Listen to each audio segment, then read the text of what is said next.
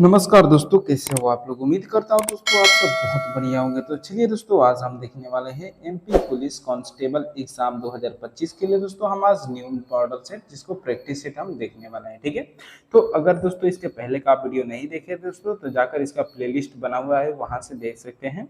और चलिए दोस्तों अब आगे बढ़ेंगे। दोस्तों जो लोग भी इस चैनल पर नए हैं वो दोस्तों प्लीज इस चैनल को सब्सक्राइब कर लीजिए, ताकि आने वाली वीडियो का हर एक नोटिफिकेशन सबसे पहले यहाँ पर आपको मिलता रहेगा। ठीक है, और देखिए यहाँ पर दोस्तों जो हम पहले के 10 क्वेश्चन देखने वाले हैं वो दोस्तों हमारा रीजनिंग से होने वाला है। ठीक है, उसके बाद दोस्तों हम जीके जीएस करंट अफेयर्स और साइंस के क्वेश्चन देखने वाले हैं, जो कि दोस्तों सभी क्वेश्चन प्रीवियस ईयर क्वेश्चन के बेसिस पर आधारित है। ठीक है, तो चलिए दोस्तों अब क्वेश्चन को स्टार्ट करेंगे। देखिए यहाँ पर हमको अब पहले नंबर प्रश्न में क्या पूछ रहा है दोस्तों, जिस प्रकार, ठीक है, क्वेश्चन में क्या पूछ रहा है दोस्तों कि जिस प्रकार पहले युग्म का संबंध उसी प्रकार के दूसरे युग्म में प्रश्न चिन्ह को ज्ञात कीजिए। ठीक है, यानी कि दोस्तों देखिए यहाँ पर 71,700 को 37,005 लिख रहा है। ठीक है, उसी प्रकार दोस्तों यहाँ पर 90,099 को क्या लिखेगा। ठीक है, तो चलिए सबसे पहले यहाँ पर हम देखेंगे 71,007 को 37,505 कैसे लिख रहा है। ठीक है, तो हम क्या करेंगे दोस्तों, सबसे पहले देखिए यहाँ पर हम 71,000 में क्या माइनस करेंगे दोस्तों, तो यहाँ पर 3700 आएगा।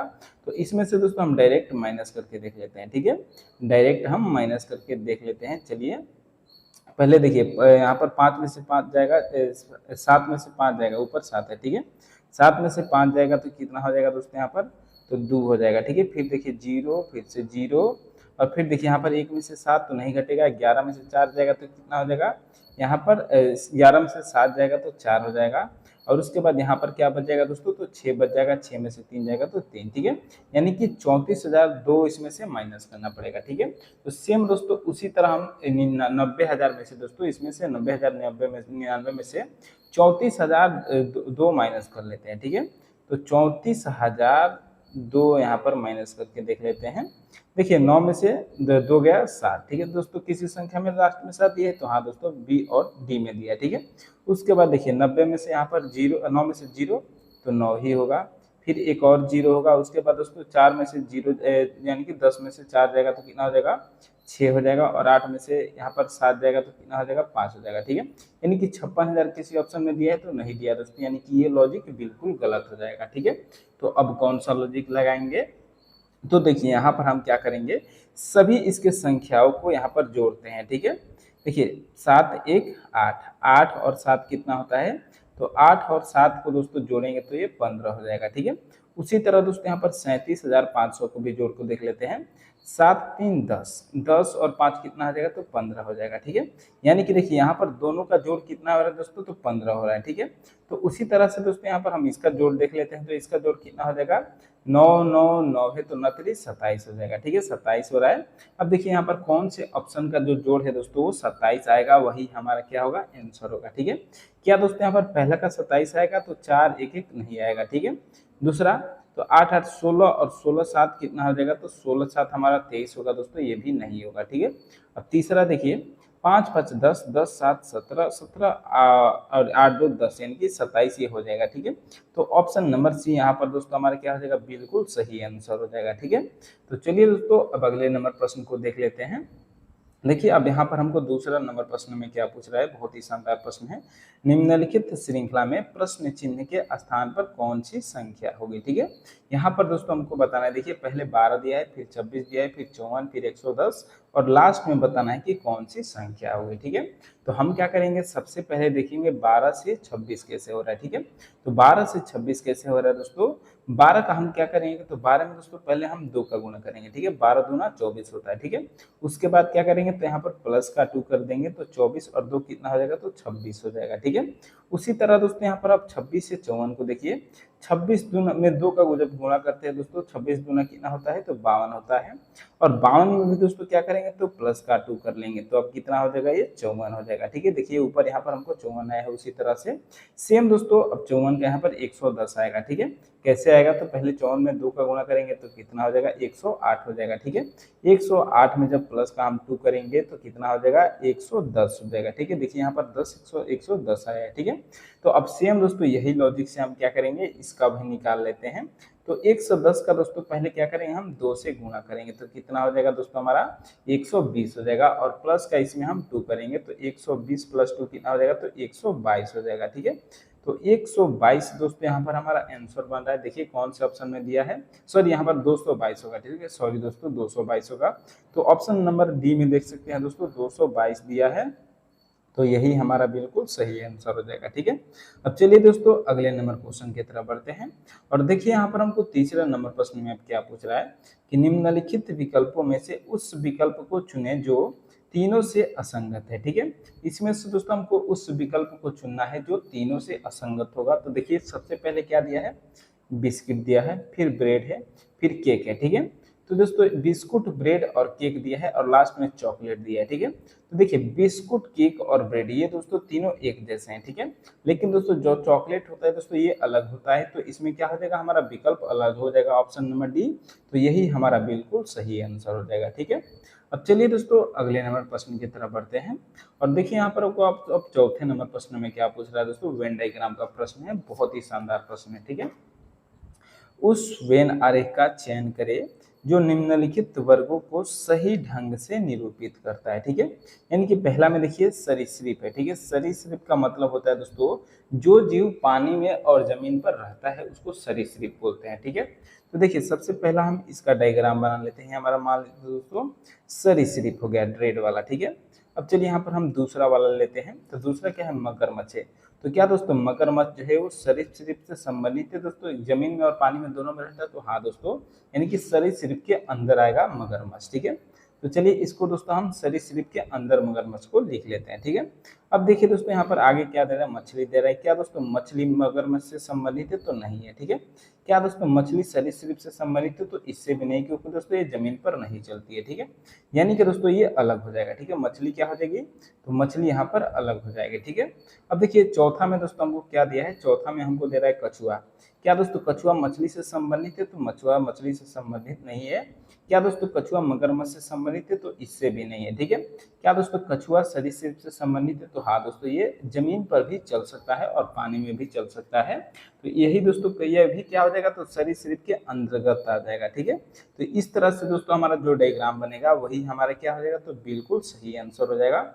और देखिए कौन से ऑप्शन में दिया है, तो ऑप्शन नंबर देखिए दोस्तों यहाँ पर ए में है, नहीं है, बी में दिया है। ठीक है, तो ऑप्शन नंबर बी यहाँ पर हमारा बिल्कुल सही आंसर हो जाएगा। ठीक है, अब चलिए दोस्तों अगले नंबर क्वेश्चन की तरफ बढ़ते हैं।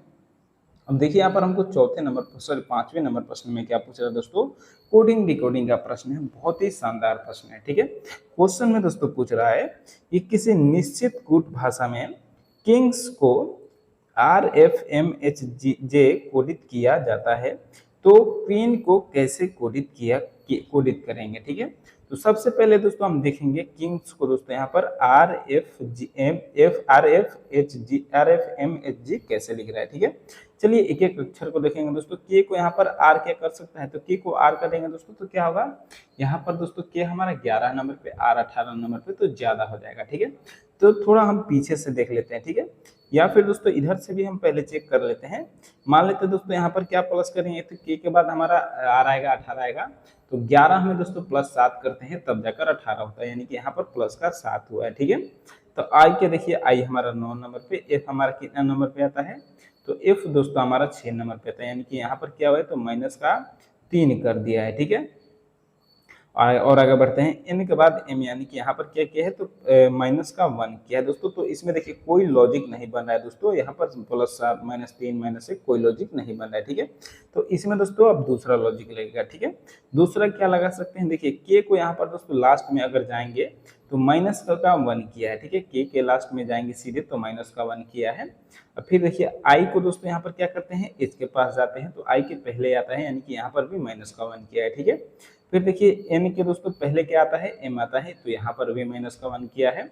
जी के पहले एफ आता है, तो यहाँ पर भी -1, और एस के पहले आर आता है, तो यहाँ पर भी माइनस का 1 किया है। ठीक है, सब में इसमें क्या किया है, तो माइनस का 1 किया है। उसी तरह दोस्तों सब में हम यहाँ पर क्या कर लेंगे, क्वीन में माइनस का 1 कर लेंगे और उल्टा लिख देंगे। ठीक है, सबसे पहले यहाँ पर हम एन को लिखेंगे। ठीक है, तो एन का -1 करेंगे तो क्या हो जाएगा दोस्तों, एन के पहले हमारा एम आता है। ठीक है, अब देखिए ई का दोस्तों ई के माइनस करेंगे तो ई के पहले क्या आता है, तो एफ आता है। ठीक है, सॉरी यहाँ पर डी आता है। ठीक है, ई के पहले डी आता है, फिर से ही है, फिर से उसके -1 करेंगे तो फिर से डी आ जाएगा। फिर यू है दोस्तों, यू के पहले कौन सा अक्षर आता है, तो यू के पहले दोस्तों हमारा टी आता है, ठीक है। फिर देखिए क्यू के पहले कौन सा अक्षर आता है, तो क्यू के पहले दोस्तों हमारा कौन सा अक्षर आता है, तो पी आता है, ठीक है। यानी कि दोस्तों अब हमारा M D D T P हमारा आंसर बन गया। देखिए कौन से ऑप्शन में दिया है, तो ऑप्शन नंबर सी में दिया है, सॉरी ऑप्शन नंबर यहाँ पर किस में दिया है दोस्तों, बी में दिया है, ठीक है। तो M D D T P option number B यहाँ पर हमारा बिल्कुल सही आंसर हो जाएगा, ठीक है। और चलिए दोस्तों अगले नंबर प्रश्न की तरफ बढ़ते हैं। देखिए अब यहाँ पर हमको 6 नंबर प्रश्न में क्या पूछ रहा है, बहुत ही शानदार प्रश्न है दोस्तों, लुप्त संख्या इसमें ज्ञात करना होता है, ठीक है। उस विकल्प का चयन करें जो प्रश्न चिन्ह के स्थान पर आएगा, ठीक है। देखिए हम यहाँ पर दोस्तों हमको 3 डायग्राम दिया, ठीक है, 1, 2 और 3। तो तीनों डायग्राम में सबसे पहले हम देखेंगे प्रश्न चिन्ह कहाँ दिया है, तो यहाँ पर दिया है, ठीक है। तो देखेंगे दोस्तों पहला और दूसरा में वहाँ की संख्याएं कैसे आई है, ठीक है। तो देखिए यहाँ पर दोस्तों हम पहला में 3 को क्या करेंगे दोस्तों कि 36 हो जाएगा, ठीक है।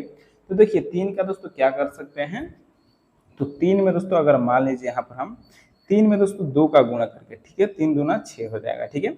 और 6 का वर्ग क्या होता है दोस्तों, तो 36 होता है, ठीक है। उसी तरह दोस्तों दूसरा वाला देख लेते हैं, 5 में 3 का गुणा करेंगे, ठीक है, सॉरी 5 में पहले 2 का गुणा किया है तो यहाँ पर भी 2 का गुणा करेंगे, ठीक है। तो 5 दूना कितना हो जाएगा, 10 हो जाएगा। और 10 का दोस्तों जब हम वर्ग करेंगे तो कितना हो जाएगा, 100 हो जाएगा, ठीक है। लेकिन दोस्तों यहाँ पर 80 दिया है तो ये पैटर्न हमारा गलत हो गया, ठीक है। अब हम कौन सा लॉजिक लगाएंगे, तो देखिए दोस्तों यहाँ पर हम क्या करेंगे, सबसे पहले देखिए यहाँ पर 3 दिया है, ठीक है, तो 3 लिख लेंगे, ठीक है। उसके बाद देखिए दोस्तों यहाँ पर हमको चतुर्भुज में जो वर्ग है इसमें कितने भुजाएं है, तो 4 है, ठीक है। तो अब दोस्तों यहाँ पर हम क्या कर लेंगे, तो 4 का गुणा कर लेंगे, ठीक है। ये थोड़ा यूनिक ट्रिक होगा दोस्तों, ठीक है। देखिए अब यहाँ पर देखिए त्रिभुज में कितने कोने हैं दोस्तों, त्रिभुज में 3 कोने हैं, तो अब 3 का गुणा कर लेंगे, ठीक है। देखिए 3 चौके 12, 12 तिया 36, इस तरह से दोस्तों यहाँ पर 36 आया है, ठीक है।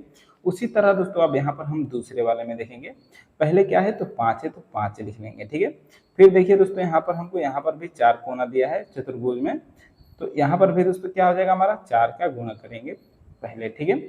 उसके बाद देखिए दोस्तों फिर से एक दोस्तों यहाँ पर हमको चतुर्भुज है ऊपर में, तो अब यहाँ पर भी हम क्या करेंगे, तो 4 का गुणा कर लेंगे, तो 5 चौके 20 और 20 चौके 80 हो जाएगा, ठीक है। इस तरह से 80 दिया है, ठीक है। अब सेम दोस्तों जो ट्रिक इन दोनों में लगा है वही हम क्या करेंगे, तीसरे वाले में भी लगाकर निकाल लेते हैं, ठीक है। चलिए देखिए पहले क्या है, 4 दिया है, 4 के बाद देखिए दोस्तों यहाँ पर क्या है, तो त्रिभुज यानी कि 3 कोना है इसमें, तो 3 से यहाँ पर हम गुणा कर लेंगे, ठीक है।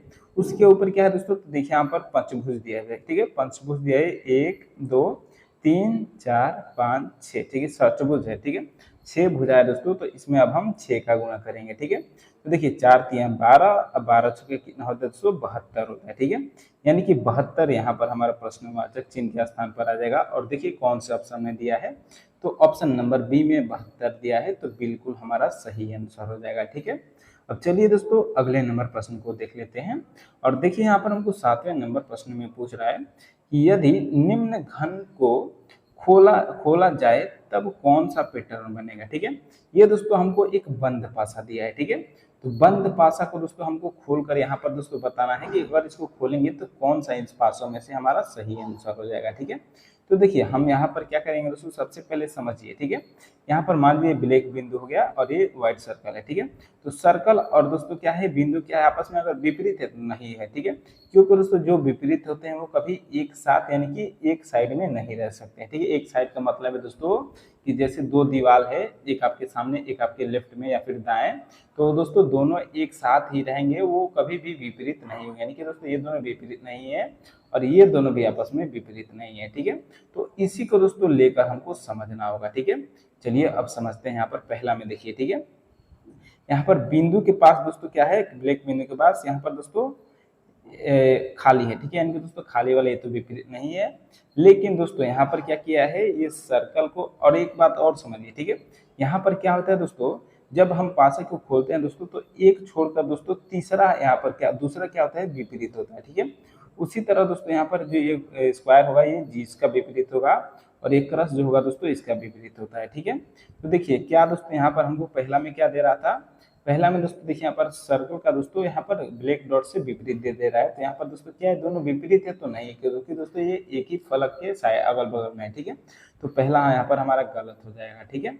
अब दूसरा देखिए, दूसरा है दोस्तों बिंदु को देखिए, क्या है दोस्तों, बिंदु के बगल में हमको यहाँ पर साइड में खाली वाला है, तो खाली वाला है, ठीक है।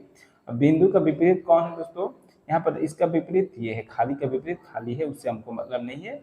अब यहाँ पर स्क्वायर का विपरीत देखिए, क्या दोस्तों, स्क्वायर का विपरीत यहाँ पर सर्कल हो सकता है दोस्तों, हाँ हो सकता है, यानी कि दोस्तों ये हमारा हो सकता है, और यही हमारा क्या हो जाएगा, बिल्कुल सही आंसर हो जाएगा, ठीक है। अब देखिए दोस्तों सी हमारा कैसे नहीं होगा, ये देखिए, ठीक है। यहाँ पर देखिए दोस्तों क्या किया है दोस्तों कि यहाँ पर ब्लैक सर्कल को और व्हाइट सर्कल को एक साथ लिखा है, ठीक है। यानी कि दोस्तों ये कि दोनों आपस में अगल बगल के फलक है, तो दोस्तों ये तो हो सकता है, लेकिन दोस्तों एक बात और देखिए, ठीक है। यहाँ पर दोस्तों ब्लैक सर्कल को और व्हाइट सर्कल से क्या कर दिया है, विपरीत कर दिया है। क्या दोस्तों ये दोनों आपस में विपरीत है, तो नहीं है, ठीक है। तो इस तरह से ये भी गलत हो जाएगा, और इसी तरह से दोस्तों डी भी यहाँ पर गलत हो जाएगा, यहाँ पर और यहाँ को मिलाकर विपरीत बता रहा है, तो ठीक है। तो ऑप्शन नंबर बी यहाँ पर हमारा बिल्कुल सही आंसर हो जाएगा। अब चलिए अगला नंबर प्रश्न को देख लेते हैं, ठीक है। अब देखिए दोस्तों 8वें नंबर प्रश्न में पूछ रहा है कि निम्न आकृति की जल से बनी छवि कौन सी होगी, ठीक है। यहाँ पर दोस्तों जल से बनी छवि कौन सी होगी हमको बताना है, ठीक है। तो देखिए यहाँ पर दोस्तों हमको नीचे बताना होता है, तो जब भी दोस्तों आप जल में देखते हैं, तो अगर दोस्तों मान लीजिए अगर आप ऊपर नीचे देखते हैं, ठीक है, तो अगर आप उसमें कुआं में दोस्तों मान लीजिए झांकते हैं, ठीक है, कहीं भी पानी में झांकते हैं, तो सबसे पहले आपको क्या दिखाई देता है दोस्तों, तो अगर आप पैर आगे रखेंगे तो सबसे पहले पैर दिखेगा, ठीक है, यानी कि दोस्तों उल्टा हो जाएगा, ठीक है। उल्टा कैसे होगा दोस्तों, देखिए ये इस तरह से दोस्तों, तो ये कैसे हो जाएगा, ये इस तरह से हो जाएगा, ठीक है, इस तरह से हो जाएगा दोस्तों, और उसके बाद नीचे जाएगा, फिर इस तरह होगा, और फिर इस तरह हो जाएगा, ठीक है। और जो इधर है दोस्तों ये हमारा कहाँ चल जाएगा, तो ये दोस्तों हमारा इधर आ जाएगा, ठीक है। तो देखिए इस प्रकार का ऑप्शन हमको किस में दिया है, तो पहला में ही दोस्तों इस प्रकार का ऑप्शन दे दिया है, तो ऑप्शन नंबर ए ही यहाँ पर हमारा बिल्कुल सही आंसर हो जाएगा, ठीक है। अब चलिए दोस्तों नेक्स्ट क्वेश्चन की तरफ बढ़ते हैं। देखिए दोस्तों अब यहाँ पर हमको 9 नंबर प्रश्न में क्या पूछ रहा है, बहुत ही शानदार प्रश्न है कि निम्न में से कौन से प्रतीक उन सज्जनों को निरूपित करता है जो अभिनेता है, ठीक है। देखिए यहाँ पर अभिनेता कौन है, ठीक है, सबसे पहले समझिए ये जो त्रिभुज वाले हैं ये सभी क्या है, तो अभिनेता है, ठीक है। उसके बाद देखिए सज्जन कौन है, सज्जन दोस्तों यहाँ पर 5 भुजा वाला दिया है, ये सभी क्या है, तो सज्जन है, ठीक है। उसके बाद दोस्तों जो यहाँ पर सर्कल वाला दिया है ये क्या है, तो ये चिकित्सक है, ठीक है, ये चिकित्सक है। हमको क्वेश्चन में क्या बोला है दोस्तों, तो क्वेश्चन में बोला है कि उन प्रतीक या उन सज्जनों को निरूपित करता है जो अभिनेता है, ठीक है, यानी कि दोस्तों जो सज्जन हमको चाहिए वो अभिनेता भी चाहिए, ठीक है। तो कौन कौन है दोस्तों, सबसे पहले तो जो सर्कल वाला रहेगा उसको हम पूरा काट देंगे, ठीक है, क्योंकि हमको सर्कल वाला नहीं चाहिए, ठीक है, इसमें जो भी रहेगा वो हमको नहीं चाहिए। अब देखिए यहाँ पर हैश जो है दोस्तों केवल ये सज्जन में है, तो दोस्तों क्या ये चलेगा, ये चलेगा, ठीक है, ये दोस्तों चलेगा, ठीक है, नहीं चलेगा, क्योंकि दोस्तों केवल हमको उन सज्जनों को निरूपित करता है जो अभिनेता भी है, ठीक है, अभिनेता भी है, यानी कि दोस्तों ये हमको नहीं चाहिए, ऊपर दोस्तों ये अभिनेता में है ये भी नहीं चाहिए। अब देखिए यहाँ पर दोस्तों केवल ऊपर का एरो बचा, तो ये दोस्तों दोनों में शामिल है, अभिनेता में भी और सज्जन में भी, तो यही हमारा क्या हो जाएगा, तो बिल्कुल सही आंसर हो जाएगा, ठीक है। तो चलिए दोस्तों ये अगले नंबर क्वेश्चन की तरफ बढ़ते हैं, ऑप्शन नंबर डी यहाँ पर हमारा बिल्कुल सही आंसर हो जाएगा, ठीक है। अब चलिए दोस्तों 10 नंबर प्रश्न को देख लेते हैं। देखिए प्रश्न में क्या पूछ रहा है कि यदि प्लस का मतलब गुणा, माइनस का मतलब भाग और सभी चिन्ह विपरीत अर्थ देता है, ठीक है, यानी कि दोस्तों अगर प्लस है तो गुणा देगा, अगर गुणा है तो यहाँ पर प्लस देगा, ठीक है, माइनस है तो भाग देगा, भाग है तो माइनस देगा, ठीक है। तो इसी तरह दोस्तों सब में हमको कर देना है, तो चलिए सबका चिन्ह चेंज कर देते हैं। प्लस है तो प्लस का क्या है दोस्तों, गुणा है, ठीक है, प्लस का गुणा है 7 गुणे 7 है, फिर प्लस से दोस्तों क्या हो जाएगा, फिर गुणा हो जाएगा, फिर 7 हो जाएगा, फिर देखिए माइनस है तो माइनस का अर्थ क्या है, यहाँ पर भाग है, तो माइनस का अर्थ भाग, फिर 7 हो जाएगा, फिर देखिए गुणा है तो गुणा का अर्थ यहाँ पर क्या हो जाएगा, तो प्लस हो जाएगा, यानी कि प्लस में अब क्या हो जाएगा, तो 7 हो जाएगा, ठीक है। फिर देखिए भाग दिया है तो भाग का अर्थ क्या है दोस्तों, माइनस है, तो अब माइनस का फिर क्या हो जाएगा, तो 7 हो जाएगा, ठीक है। अब यहाँ पर हम इसको सॉल्व कर लेंगे, ठीक है। देखिए सबसे पहले 7 से 7 में भाग करेंगे तो ये खत्म हो जाएगा, ठीक है। उसके बाद देखिए अब 7 7 49 हो जाएगा, ठीक है, 49 अब यहाँ पर देखिए एक प्लस में है दोस्तों और एक माइनस में है, तो ये दोनों आपस में ही खत्म हो जाएगा। ठीक है, तो बच गया दोस्तों केवल यहाँ पर 49 बच गया। ठीक है, तो यही हमारा आंसर हो जाएगा। देखिए ऑप्शन नंबर बी में दिया है, बी हमारा बिल्कुल सही आंसर हो जाएगा। ठीक है, अब चलिए दोस्तों अगले नंबर क्वेश्चन को देख लेते हैं। और देखिए यहाँ पर हमको 11 नंबर प्रश्न में क्या पूछ रहा है, यदि बी सी की माँ है। ठीक है, ये दोस्तों हमारा रक्त संबंधी से प्रश्न है, बहुत ही शानदार प्रश्न है। यदि बी जो है वो सी की माँ है। ठीक है, बी यहाँ पर क्या है, तो सी की माँ है, बी जो है वो सी की माँ है। ठीक है, सी की माँ है। ठीक है, चलिए थोड़ा हम बी को ऊपर लिख लेते हैं। ठीक है, बी जो है वो सी की माँ है। ठीक है, तो माँ है यानी कि माइनस है। ठीक है, और देखिए डी सी की बहन है। डी जो है दोस्तों किसकी बहन है, तो सी की बहन है डी यानी कि डी माइनस है। ठीक है, अब देखिए आगे सी ए की छोटी बेटी है। सी जो है दोस्तों किसकी बेटी है, तो ए की छोटी बेटी है। ठीक है, ए की छोटी बेटी है यानी कि दोस्तों ये सी की माँ कौन है, तो बी है। तो दोस्तों इसका जो पति होगा वो क्या होगा, तो सी ए हो जाएगा। ठीक है, पति क्या हो जाएगा, तो ए हो जाएगा और यहाँ पर प्लस हो जाएगा। ठीक है, और ये छोटी बेटी है और ये डी बड़ी बेटी है। ठीक है, अब देखिए और आगे बढ़िए, और ई डी का बेटा है। ई जो है दोस्तों वो किसका बेटा है, तो डी का बेटा है, ई बेटा है। ठीक है, अब देखिए आगे बढ़ते हैं, तो ए ई से किस प्रकार संबंधित, यानी कि ए जो है दोस्तों ई जो है ए से, ई जो है ए को क्या बोलेगा। ठीक है, तो देखिए ई जो है दोस्तों यहाँ पर ए को क्या बोलेगा। ठीक है, सबसे पहले देखिए ई के माता कौन है, डी, माता के बहन, या फिर दोस्तों माता के बहन के माता के बहन के माता, यानी कि दोस्तों वो आपके माता की माता यानी कि आपकी नानी। ठीक है, तो नानी, और दोस्तों यहाँ पर नानी के पति को नाना बोलते हैं। ठीक है, तो नाना दोस्तों यहाँ पर आपको क्या बोलेंगे। ठीक है, नाना आपको क्या बोलेंगे दोस्तों, या फिर दोस्तों आप यहाँ पर क्या बोलिएगा, नाना को। ठीक है, ई से बताना है। ठीक है, तो ई से दोस्तों यानी कि आपको बताना है कि आप नाना को क्या बोलिएगा, तो क्या बोलिएगा दोस्तों, माँ का पिता। दोस्तों बिल्कुल सही आंसर है, ऑप्शन नंबर ए यहाँ पर हमारा बिल्कुल सही आंसर हो जाएगा। ठीक है, तो चलिए दोस्तों यहाँ से अब हम जी के जीएस के क्वेश्चन देखने वाले हैं, जो कि दोस्तों बहुत ही बेहतरीन प्रश्न होने वाला है। ठीक है, चलिए क्वेश्चन की तरफ बढ़ते हैं। तो देखिए दोस्तों अब यहाँ पर हमको 12 नंबर प्रश्न में क्या पूछ रहा है कि मध्य प्रदेश के किस किले को भारत का ब्रिज जिब्राल्टर कहा जाता है। ठीक है, मध्य प्रदेश के किस किले को भारत का जिब्राल्टर कहा जाता है, तो सही आंसर क्या हो जाएगा दोस्तों 12 नंबर प्रश्न का, तो ऑप्शन नंबर हमारा बी हो जाएगा दोस्तों। मध्य प्रदेश के ग्वालियर के किले को जिब्राल्टर बोला जाता है, तो ऑप्शन नंबर बी यहाँ पर हमारा बिल्कुल सही आंसर हो जाएगा।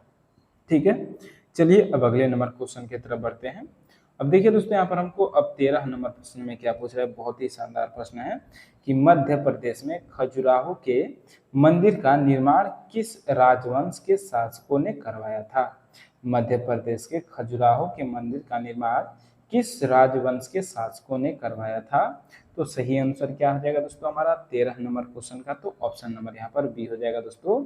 चंदेल राजवंश के शासकों ने दोस्तों मध्य प्रदेश में खजुराहो के मंदिर का निर्माण करवाया था, तो ऑप्शन नंबर बी यहाँ पर हमारा बिल्कुल सही आंसर हो जाएगा। ठीक है, अब चलिए अगले नंबर प्रश्न की तरफ बढ़ते हैं।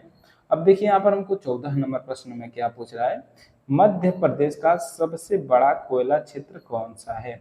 मध्य प्रदेश का सबसे बड़ा कोयला क्षेत्र कौन सा है, तो सही आंसर क्या हो जाएगा दोस्तों, सही आंसर जो हो जाएगा दोस्तों 14 नंबर क्वेश्चन का ऑप्शन नंबर बी हो जाएगा सिंगरौली, जो कि दोस्तों मध्य प्रदेश का सबसे बड़ा कोयला क्षेत्र है, ऑप्शन नंबर बी हमारा बिल्कुल सही आंसर हो जाएगा। ठीक है, अब चलिए नेक्स्ट क्वेश्चन की तरफ बढ़ते हैं।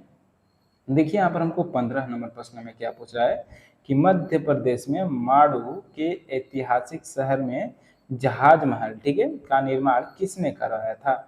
मध्य प्रदेश में माड़ू के ऐतिहासिक शहर में जहाज महल का निर्माण किसने करवाया था, तो सही आंसर क्या हो जाएगा दोस्तों, तो ऑप्शन नंबर बी हो जाएगा दोस्तों। गयासुद्दीन खिलजी ने जहाज महल का निर्माण करवाया था, तो ऑप्शन नंबर बी यहाँ पर हमारा बिल्कुल सही आंसर हो जाएगा। ठीक है, चलिए अब अगले नंबर प्रश्न को देख लेते हैं। और देखिए अब यहाँ पर हमको 16 नंबर प्रश्न में क्या पूछ रहा है, मध्य प्रदेश में उस्ताद अलाउद्दीन खान संगीत अकादमी कहाँ स्थित है। मध्य प्रदेश में उस्ताद अलाउद्दीन खान संगीत अकादमी कहाँ स्थित है, तो सही जो आंसर हो जाएगा हमारा 16 नंबर प्रश्न का, वो ऑप्शन नंबर ए हो जाएगा। मैहर में उस्ताद अलाउद्दीन खान संगीत अकादमी स्थित है मैहर, तो ऑप्शन नंबर ए यहाँ पर हमारा बिल्कुल सही आंसर हो जाएगा। ठीक है, अब चलिए अगले नंबर प्रश्न को देख लेते हैं। और देखिए यहाँ पर हमको 17 नंबर प्रश्न में क्या पूछ रहा है, कान्हा किसली राष्ट्रीय उद्यान में पाए जाने वाले बारहसिंघा की उप प्रजाति कौन सी है। कान्हा किसली राष्ट्रीय उद्यान में पाए जाने वाले बारहसिंघा की उप प्रजाति कौन सी है। तो सही जो आंसर हो जाएगा दोस्तों 17 नंबर प्रश्न का हमारा, वो ऑप्शन नंबर बी हो जाएगा दोस्तों, दलदली हिरन, जो कि दोस्तों कान्हा किसली राष्ट्रीय उद्यान में पाए जाने वाले बारहसिंघा की उप प्रजाति है दलदली हिरन। तो ऑप्शन नंबर बी यहाँ पर हमारा बिल्कुल सही आंसर हो जाएगा। ठीक है, अब चलिए दोस्तों अगला नंबर प्रश्न की तरफ बढ़ते हैं। और देखिए यहाँ पर हमको 18 नंबर प्रश्न में पूछ रहा है, मध्य प्रदेश का वह कौन सा जिला है जो गांजा हेम्प उत्पादन के लिए प्रसिद्ध है। तो कौन सा जिला है दोस्तों जो गांजा उत्पादन के लिए प्रसिद्ध है मध्य प्रदेश में। तो सही आंसर हो जाएगा दोस्तों ऑप्शन नंबर बी, खंडवा। ठीक है, खंडवा जिला दोस्तों जो कि दोस्तों गांजा उत्पादन के लिए प्रसिद्ध है। तो ऑप्शन नंबर डी यहाँ पर हमारा बिल्कुल सही आंसर हो जाएगा। ठीक है, अब चलिए अगला नंबर प्रश्न को देखते हैं। और देखिए यहाँ पर हमको 19 नंबर प्रश्न में क्या पूछ रहा है, मध्य प्रदेश की नर्मदा घाटी में कौन सी प्रमुख मिट्टी पाई जाती है। मध्य प्रदेश की नर्मदा घाटी में कौन सी प्रमुख मिट्टी पाई जाती है। तो 19 नंबर प्रश्न का सही आंसर हो जाएगा दोस्तों ऑप्शन नंबर बी, काली मिट्टी। ठीक है, तो ऑप्शन नंबर बी यहाँ पर हमारा बिल्कुल सही आंसर हो जाएगा। अब चलिए अगले नंबर प्रश्न को देख लेते हैं। ठीक है, अब देखिए दोस्तों 20 नंबर प्रश्न में क्या पूछ रहा है कि मध्य प्रदेश में भारत भवन कहाँ स्थित है जिसे प्रसिद्ध वास्तुकार चार्ल्स कोरिया ने डिजाइन किया था। ठीक है, मध्य प्रदेश में भारत भवन कहाँ स्थित है जिसे प्रसिद्ध वास्तुकार चार्ल्स कोरिया ने डिजाइन किया था। तो सही आंसर क्या हो जाएगा, सही जो आंसर हो जाएगा दोस्तों ऑप्शन नंबर हमारा डी हो जाएगा दोस्तों, भोपाल में स्थित है। तो ऑप्शन नंबर डी यहाँ पर दोस्तों हमारा बिल्कुल सही आंसर हो जाएगा। ठीक है, अब चलिए अगले नंबर प्रश्न की तरफ बढ़ते हैं। और देखिए यहाँ पर हमको अब 21 नंबर प्रश्न में क्या पूछ रहा है, यहाँ से साइंस के प्रश्न देखते हैं। ध्वनि की गति अधिकतम किस में होती है, हवा में, पानी में, लोहा में, निर्वात में। तो जो ध्वनि की गति है दोस्तों सबसे अधिक लोहा में होती है। ठीक है, तो ऑप्शन नंबर डी सी यहाँ पर हमारा बिल्कुल सही आंसर हो जाएगा। ठीक है, अब चलिए अगले नंबर प्रश्न को देखते हैं। और देखिए यहाँ पर हमको 22 नंबर प्रश्न में क्या पूछ रहा है कि किस विटामिन की कमी से रिकेट्स रोग होता है। किस विटामिन की कमी से रिकेट्स रोग होता है। तो सही आंसर क्या हो जाएगा दोस्तों, 22 नंबर प्रश्न का जो सही आंसर हो जाएगा हमारा ऑप्शन नंबर डी हो जाएगा, विटामिन डी की कमी से रिकेट्स का रोग होता है। तो ऑप्शन नंबर डी यहाँ पर हमारा बिल्कुल सही आंसर हो जाएगा। ठीक है, अब चलिए दोस्तों अगले नंबर प्रश्न की तरफ बढ़ते हैं। अब देखिए यहाँ पर हमको 23 नंबर प्रश्न में पूछ रहा है, आवर्त सारणी पीरियोडिक टेबल का आविष्कार किसने किया था। तो आवर्त सारणी पीरियोडिक टेबल का आविष्कार किसने किया था। सही जो आंसर हो जाएगा दोस्तों हमारा 23 नंबर प्रश्न का क्या हो जाएगा, तो ऑप्शन नंबर बी हो जाएगा दोस्तों, दिमित्री मेंडेविज ने दोस्तों पीरियोडिक टेबल आवर्त सारणी का आविष्कार किया था दोस्तों। तो ऑप्शन नंबर बी यहाँ पर हमारा बिल्कुल सही आंसर हो जाएगा। ठीक है, अब चलिए नेक्स्ट क्वेश्चन की तरफ बढ़ते हैं। देखिए यहाँ पर हमको अब 24 नंबर प्रश्न में पूछ रहा है, दूरबीन टेलीस्कोप का आविष्कार किसने किया था। तो दूरबीन का आविष्कार किसने किया था। तो सही जो आंसर हो जाएगा दोस्तों हमारा 24 नंबर प्रश्न का, वो ऑप्शन नंबर ए हो जाएगा दोस्तों, गैलीलियो ने दूरबीन का आविष्कार किया था। तो ऑप्शन नंबर ए यहाँ पर हमारा बिल्कुल सही आंसर हो जाएगा। ठीक है, अब चलिए अगला नंबर क्वेश्चन को देख लेते हैं। और देखिए यहाँ पर हमको 25 नंबर प्रश्न में पूछ रहा है, कोशिका का पावर हाउस किसे कहा जाता है। तो कोशिका का पावर हाउस किसे कहा जाता है दोस्तों। सही आंसर हो जाएगा ऑप्शन नंबर बी, माइटोकॉन्ड्रिया को कोशिका का पावर हाउस बोला जाता है। तो ऑप्शन नंबर बी यहाँ पर हमारा बिल्कुल सही आंसर हो जाएगा। ठीक है, अब चलिए नेक्स्ट क्वेश्चन की तरफ बढ़ते हैं। और देखिए यहाँ पर हमको 26 नंबर प्रश्न में क्या पूछ रहा है कि निम्नलिखित में से कौन सा एक संक्षारक अम्ल है। निम्नलिखित में से कौन सा एक संक्षारक अम्ल है। तो 26 नंबर प्रश्न का जो सही आंसर हो जाएगा वो क्या हो जाएगा, तो ऑप्शन नंबर डी हो जाएगा दोस्तों, हाइड्रोक्लोरिक एसिड, जो कि दोस्तों निम्नलिखित में से एक संक्षारक अम्ल है। तो ऑप्शन नंबर डी यहाँ पर हमारा बिल्कुल सही आंसर हो जाएगा। ठीक है, चलिए नेक्स्ट क्वेश्चन की तरफ बढ़ते हैं। और देखिए दोस्तों यहाँ पर हमको अब 27 नंबर प्रश्न में पूछ रहा है, यांत्रिक ऊर्जा मैकेनिकल एनर्जी और ऊष्मा ऊर्जा हीट एनर्जी के बीच क्या संबंध किस नियम से संबंधित है। ठीक है, यानी कि दोस्तों यांत्रिक ऊर्जा और ऊष्मा ऊर्जा के बीच संबंध किस नियम से संबंधित है। तो सही आंसर क्या हो जाएगा दोस्तों, तो ऑप्शन नंबर ए हो जाएगा दोस्तों, ऊर्जा संरक्षण का नियम पे दोस्तों यांत्रिक ऊर्जा और सौर ऊष्मा ऊर्जा के बीच संबंधित है ऊर्जा संरक्षण का नियम। तो ऑप्शन नंबर ए यहाँ पर हमारा बिल्कुल सही आंसर हो जाएगा। ठीक है, अब चलिए नेक्स्ट क्वेश्चन की तरफ बढ़ते हैं। और देखिए यहाँ पर हमको 28 नंबर प्रश्न में पूछ रहा है, मानव शरीर में इंसुलिन का उत्पादन किस ग्रंथि द्वारा होता है। तो मानव शरीर में इंसुलिन का उत्पादन कौन से ग्रंथि के द्वारा होता है। तो सही आंसर हो जाएगा हमारा ऑप्शन नंबर सी, अग्नाशय के ग्रंथि के द्वारा दोस्तों मानव शरीर में इंसुलिन का उत्पादन होता है।